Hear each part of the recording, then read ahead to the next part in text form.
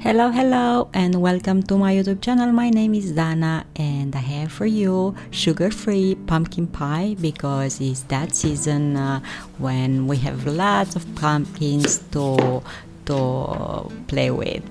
As you can see, I have two squashes here. We call them the same, pumpkins or squash. For us it's the same thing, and I'm gonna roast them. I wash them, I'm gonna cut them in half, scoop up all the seeds, and I will place them in the pan.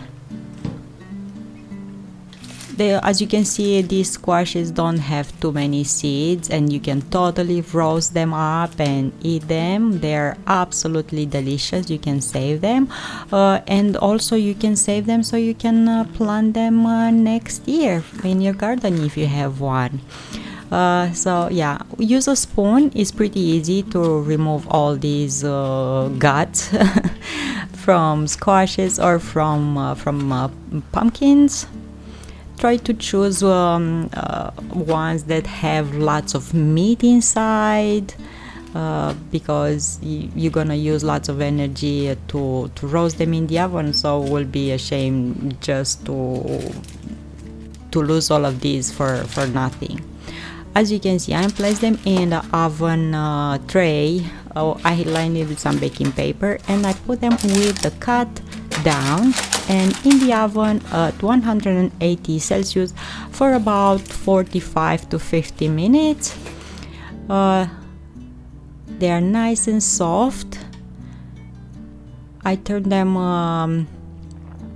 like this. I let them cool down a bit and look, all that flesh comes right off. You can put them in a colander and let them drain even more, and you can put them in the freezer for next year. Or yeah, let's make the crust. I have here 100 grams of walnuts, 200 grams of flour, 100 grams of cold butter, some grounded ginger powder, 2 or 3 tablespoons of cold water, some salt, and this is pretty much all we need for the crust. I'm gonna toast a bit these walnuts in a pan, and after that straight with them in the food processor to grind them up.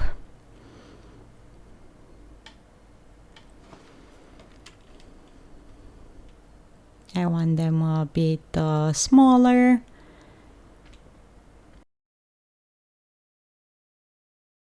And place them in a bowl. Mix them with flour, with salt. Cut butter in smaller cubes and mix them with the rest of the ingredients. I'm using this scraper. I'm adding water gradually and keep using that scraper, mixing everything. And because I don't want to use my hands straight from the beginning, don't want to melt the butter with the warmth of my hands. And when the dough comes together, I'm gonna place it in a plastic bag and have it in the fridge or even freezer for about 10 to 15 minutes. I want that butter to cool down again. Let's make the filling. I have here 425 grams of roasted pumpkin that I let drain and cool down, 410 grams of evaporated milk, so it's milk without any sugar, 2 eggs, cinnamon, ginger powder, a pinch of salt, and 2/3 of a cup of stevia. I will put pumpkin flesh in a bowl. I'm gonna add evaporated milk over.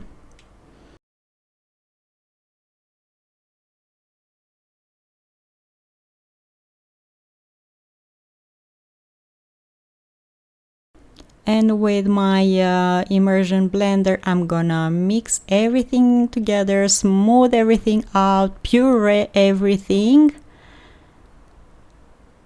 So the filling of this pie is gonna be nice and smooth. Add eggs, cinnamon, ginger powder, and stevia powder. Give it a good stir. Take the dough out of the fridge or freezer, powder it with a bit of flour, and use the rolling pin to stretch it out, and place it in your pie dish. Pinch together the edges because we want the pie to look nice. And I'm gonna preheat the oven and put the filling now in inside of that crust, unbaked crust.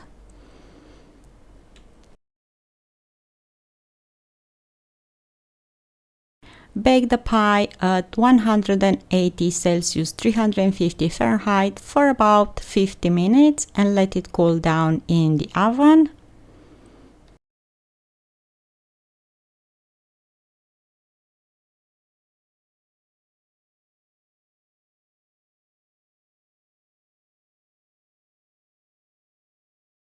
And when it's nice and baked and cold, I will make decorations out of 200 grams of cold whipping cream, 1 or 2 tablespoons of stevia powder, and 8 grams of cream stiffener. It's exactly cornstarch. It's just a commercial brand that they sell here. So in a blending cup, I'm gonna pour that cold whipping cream, unsweetened one.